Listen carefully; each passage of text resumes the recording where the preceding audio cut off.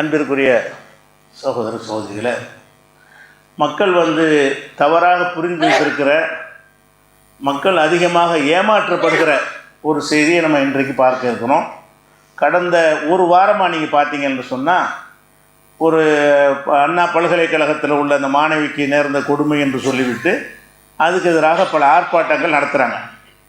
இந்த ஆர்ப்பாட்டங்களில் அவர் கைது, இவர் கைது, அவர் கைதுன்னு என்ன செய்கிறாங்க, பேப்பர்லாம் போடுறாங்க. யூடியூப்பில் உட்காந்துக்கிட்டு இவர் கைது, அவர் கைதுன்னு பேட்டி கொடுக்குற காட்சியெல்லாம் பார்க்குறீங்க. அந்த கைதான பிறகு என்ன செய்கிறாங்க, கைது செய்யப்பட்ட ஆளுக்கு இருக்கிறாங்கல்ல, அவங்க என்ன பண்ணுறாங்கன்னு கேட்டால், நாங்கள் சிறைக்கெல்லாம் பயப்பட மாட்டோம், எப்படிப்பட்ட ஆளுக்கு தெரியுமா அப்படிங்கிறாங்க. இவங்களும் கைதுன்னு போடுறாங்க. அவனு அதை தன்னை பெரிய வீரதீரமான ஒரு காரியம் செஞ்சதாக பில்டப் கொடுக்குறாங்க. உண்மையில் இந்த கைதுனா என்ன, நீங்கள் எல்லோரும் விளங்கிட்டீங்கன்னா நம்ம எல்லாம் கிறுக்கணாக்குறாங்க. போராட்டங்களில் கைதுன்னு சொன்னால் கைது கிடையாது. அது உங்களை அழைச்சிக்கிட்டு போவான். ஏற்கனவே ஒரு பள்ளிக்கூடத்தையோ ஒரு கல்யாண மண்டபத்தையோ பிடிச்சி வச்சுருப்பாங்க. பிடிச்சி அங்கே கொண்டே என்ன செய்வாங்க, உள்ளே கொண்டே விட்டுருவாங்க. உள்ளே உட்காந்தவொன்னே அவன் பாட்டு படிக்கிறது, கச்சேரி நடத்துறது, ஜாலியாக இருக்கிறது, அவங்க பட்டிமன்றம் நடத்திக்கிட்டு ஜாலியாக என்ன செய்ய போய்கிட்டே இருக்கான். நாங்கள் 40 முறை போயிருக்கிறோம். அவனுக்குதா 40 தடவை இந்த மாதிரி கைது செய்யப்பட்டு போயிருக்கிறோம். போகும்போது மக்கள் என்ன செய்வாங்க, ஜெயிலுக்கு கூட பயப்படாமல் போகிறாங்க. ஜெயிலே கிடையாது, உங்களுக்கு ஜெயிலுக்கு பஞ்சாயத்து கிடையாது. மண்டபத்தில் கொண்டு வச்சு சோத்தை மத்தியானம் ஆச்சுன்னா சோறு போடுவான். இரவில் கைது பண்ணால் சோறு போட மாட்டான். காலையில் 10 மணி 11 மணிக்கு கைது பண்ணான்னு சொன்ன போராட்டமாக இருந்தால் மத்தியான சாப்பாடு எல்லோரும் தயிர் சாதம் வாங்கி தருவான். அது பிரியாணி 2 கேட்பாங்க, பெரிய சண்டையெல்லாம் நடக்கும். அப்போ இந்த சாப்பாடை சாப்பிட்டுக்கிட்டு அதுக்கப்புறம் 4 மணி 5 மணி ஆன உடனே போங்கன்றுவான். சில நேரத்தில் வேணும்னே நம்மளை மன உளைச்சலுக்காக வேண்டி சொல்லாமல் இருப்பாங்க. எப்போ விடுவீங்க, எப்போ விடுவேன்னு கைது செய்ய போகிற கேட்பாங்க. நம்மளோட ஆளுக்களை நாங்களும் போயிருக்கும்போது என்ன செய்வாங்க, எப்போ விடுவாங்க, 6 மணி ஆச்சு, 7 மணி, வேணும்னு 8 மணிக்கு விடுவாங்க சில நேரங்களில். ஆனால் கண்டிப்பாக விட்டுருவாங்க. அப்போ இது என்ன கைதா, இது இவங்களும் தெரியும். இவங்க என்ன செய்கிறாங்கன்னா, பெரிய வீரதீரமான காரியம் செஞ்சதாக பில்டப் பண்ணுறாங்க. அவர் கைது, இவர் கைது, இப்போ சிறைக்கு கூட பயப்படவில்லை. சிறையே இது கிடையாது. இன்னும் சொல்ல போனால் இதுக்கு ரெக்கார்டே கிடையாது. முதல்ல மண்டபத்தில் கொண்டு போனால் ரெக்கார்டு பண்ணணும்ல. ஒரு ஆள் கைது பண்ணணுன்னு ரெக்கார்டாவது பண்ணுவாங்களான்னு பண்ண மாட்டாங்க. ரெக்கார்டு பண்ணுவதற்கு 5 நாள் வேணும்.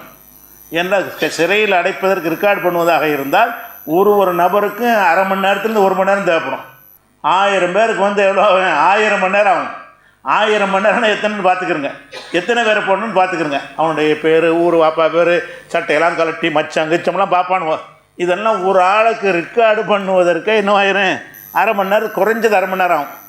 அதனால சிறையில் அடைக்க முடியாது. பெரிய கூட்டத்தெல்லாம் கொண்டு இவ்வளோ லிஸ்ட்டெல்லாம் போட்டு போடுறதா இருந்தால் இன்றைக்கி கைது பண்ணுறால சிறையில் அடைச்சி முடிக்கிறதுக்கு ஒரு 20 நாள் ஆகும். அதனால் என்ன பண்ணுவாங்கன்னா, பிடிப்பாங்க, அனுப்பி விட்ருவாங்க. இப்போ நம்ம என்ன செய்யணும்டா, இந்த கோமாளி கூத்துக்கு அரசாங்கம் ஒரு முடிவு கட்டணும். ஒன்றுமில்லாமல் போய் ஓசி செலவில் சோறுதுன்ட்டு வர்றதுக்காக வேண்டி வீர தீரம்னு பேசுகிறாங்க.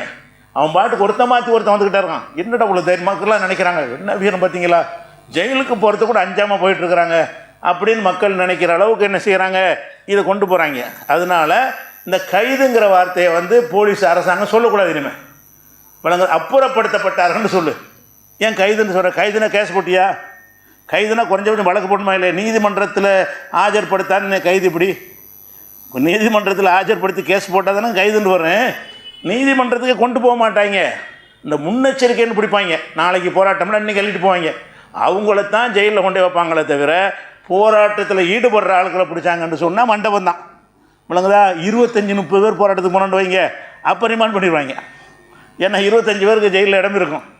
500க்கு மேலே கைது பண்ணாண்டு வைங்க, ஜெயிலில் போட மாட்டாங்க. மண்டபத்தில் வச்சு சாப்பாடை கொடுத்து போயிட்டு வாங்க, சாயந்தரம் அனுப்பிடுவாங்க. இதை செஞ்சு விட்டு போயிட்டு வந்தவன்லாம் பெருமை அடித்து போகும்போது கையை காட்டு போகிறது அப்படிங்கிறது. ஏன்னா வேனில் அள்ளிட்டு போவாங்கல்ல, அந்த வேனில் இருந்துட்டு கை காட்டுறது என்னமோ பெரிய பயங்கரமான அஞ்சாதவர்கள் மாதிரி, எதுக்கும் தயாரான மாதிரிலாம் காட்டுறாங்க. அதனால் இந்த கைதுன்னு வரக்கூடிய எல்லாமே பொய், எல்லாமே என்னது, சும்மா ட்ராமா பண்ணிகிட்டு இருக்கிறாங்க. இன்னும் சொல்ல போனால் உலகத்தில் ஜனநாயக நாட்டில் எனக்கு தெரிஞ்ச இந்தியாவில் தான் போராட்டங்களுக்கு அனுமதி வாங்கணுங்கிறதே இருக்குது.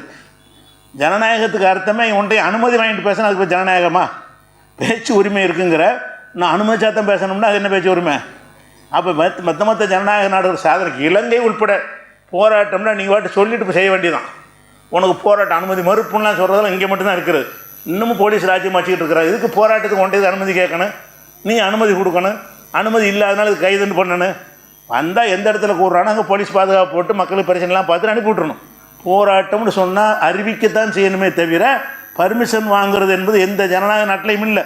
அதுக்கு பேர் ஜனநாயகமும் இல்லை. உரிமைங்கிற கருத்து சுதந்திரம்ங்கிறீங்க. எங்கே சுதந்திரம்? உங்களை கேட்டு தான் பேசணும். அதுக்கு பேர் கருத்து சுதந்திரமா? அப்படி தான் இங்கே மட்டும் தப்பாக வச்சுருக்குறாங்க. இந்தியாவில் மாத்திரம் இந்த அதனால் என்ன செய்கிறாங்கன்னா, தடையை மீறி ஆர்ப்பாட்டம், போலீஸ் பர்மிஷன் கேட்பீங்க, இல்லைன்றுவானா கைது பண்ணுவான். அதில் கூட பல வேடிக்கை இருக்குது. தெரிஞ்சுக்கிறக்காக சொல்கிறேன். முதல் வீட்டு முற்றுகைன்னு சொல்லுவாங்க.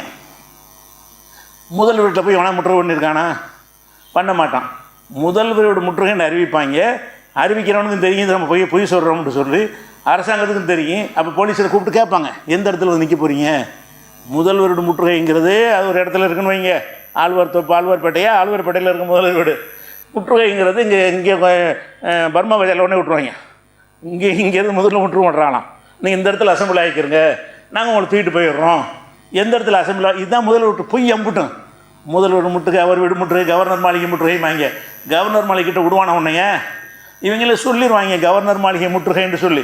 கவர்னர் மாளிகை முற்றுகைன்னு அறிவிச்ச உடனே போலீஸ் என்ன செய்யும்? தலைவர்கிட்ட கூப்பிட்டு கேட்கும், எந்த இடத்துல அசம்பிள் ஆகுறியான்னு. கவர்னர் மாளிகை போக முடியாது, பின்னி எடுத்துருவாங்க.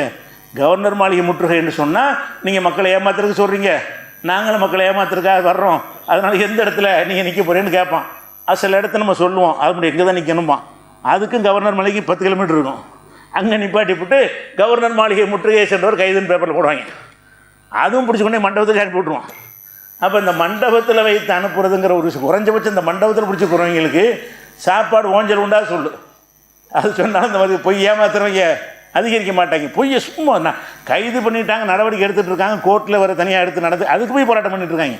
ஒரு சம்பவம் நடக்குது, போலீஸ் கைது பண்ணிருச்சு, அவங்களுக்கு நீதிமன்ற வேறு தானாக எடுத்துக்கொண்ட ஒரு விஷயத்துக்காக வேண்டி எதுக்காண்டி ஒரு விளையாட்டுத்தனமாக போராட்டம் நடக்குதுன்னா ஒன்றுமில்லை. ஆனால் வெளியில் பார்த்தா வீரம், வெளியில் பார்த்தா பெரிய தியாகம்னு தெரியும், உள்ளுக்குள்ள பார்த்தா ஒன்றுமே இல்லை. வாங்கடா போவோம், நானும் போவோம் ஆளாளுக்கு என்ன செய்கிறாங்க இருக்குது, மாவட்டத்துக்கு மாவட்டம் ஊருக்கு பண்ணிகிட்டு இருக்கிறாங்க. அப்போ இந்த மாதிரி கோமாளி கூத்தை ஒழிப்பதாக இருந்தால் இந்த கைதுன்ற வார்த்தை யூஸ் பண்ணக்கூடாது. அவங்கள அப்புறப்படுத்தணுமே. ஆனால் மண்டபத்து வாடகை வரைக்கும் சாப்பாடு வரைக்கும் நீ தான் தரணும், தந்தா தான் வெளியே போன்றணும். ஊர் போய் வரமாட்டான். சாப்பாடு காசு நீ உன் காசுலாம் சாப்பிட்டுக்கிறேன்னு மண்டப வாடகை வசூல் பண்ணி டிவைட் பண்ணி கேட்போம், அது தந்து பணத்தை கட்டிட்டு வெளியே போங்கன்னு சொன்னீங்கன்னா தன்னால் இந்த மாதிரி பொய் போராட்டம் ஏமாத்திர போராட்டம் நின்று போயிடும். அதனால் இதை ஒரு வீரதீரமான ஒரு காரியத்தை போல் சித்தரிக்கிறாங்களோ புரிதலுக்காக உள்ள விஷயம், நீங்கள் விளங்கி கொள்வதற்காக இதை செய்கிறோம். அஸ்ஸலாமு அலைக்கும்.